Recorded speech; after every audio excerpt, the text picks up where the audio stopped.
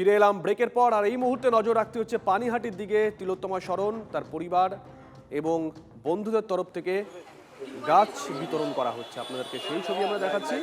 অনন্ত আমাদের সঙ্গে রয়েছেন লাইভে। অনন্ত, ছবি তো আমরা দেখছি। হ্যাঁ, একদম।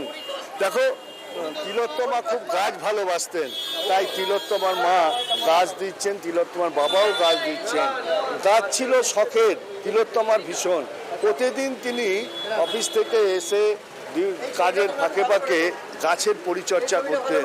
আর সেই তিলোত্তমার যে শখ, তিলোত্তমার যে ইচ্ছা, সেইটাকে বাঁচিয়ে রাখার জন্য তিলোত্তমার মা বিধায়িকা রত্না দেবনাথ তিনি গাছ দিচ্ছেন। তিলোত্তমার বাবা রয়েছেন।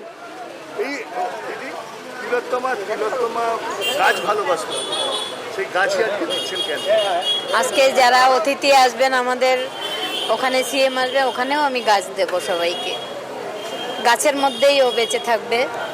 এই এতগুলো অবহেলাকে ওরা কি পারেনি, অবহেলাকে এটা কি স্মৃতি হিসাবে থাকবে? হ্যাঁ, স্মৃতি হিসাবে থাকি গাছ। অবশ্যই, সেই জন্যই এরা আমাদের অনেক পুরনো গ্রুপের সঙ্গে আমরা যুক্ত ছিলাম। এরা অনেকদিন ধরে প্রোগ্রাম করছে। এরা বিনা পয়সায় লোককে গাছ দেয় এবং আমার মেয়ের জন্মদিনেও দিয়েছিল।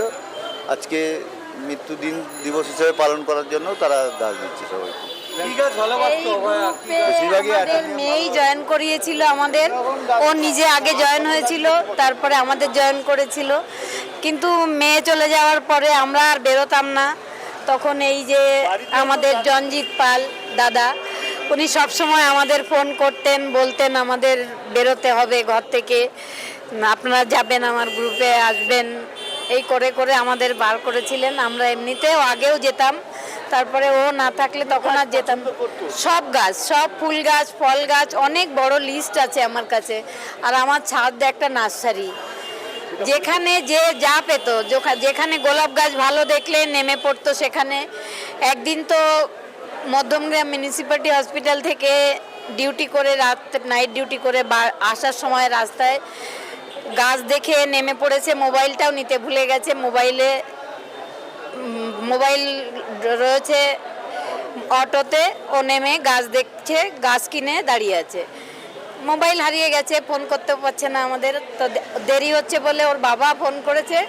তখন একটা ছেলে ধরে বলছে, যিনি গাড়িতে ছিলেন, আমার অটোতে ছিলেন, তিনি মোবাইলটা রেখে চলে গেছেন। এত গাছ ভালোবাসতো। তো তারপরে ওর বাবা গিয়ে মোবাইল নিয়ে এসছে, ওকেও নিয়ে এসছে গাছ। হ্যাঁ, এমনিতেও ওকে কেউ বলেনি, কেউ। যেমন আমি মা হিসাবে, মা বাবা হিসাবে ওকে যেমন আমরা মনে রাখি, তেমনি সারা বিশ্ব ওকে, ওর মধ্যে এমন একটা পাওয়ার ছিল, কেউ ভুলতে পারেনি ওকে। আগে আসতো, পরে তো বাড়িতেই দুর্গাপুজো করতো এখানেই। হ্যাঁ, না আর কোনোদিন করবো না, আমার দুর্গা বিসর্জন হয়ে গেছে। আচ্ছা, আজকে এই উদ্যোগটা কি যদি একটু বলেন? আজকের এই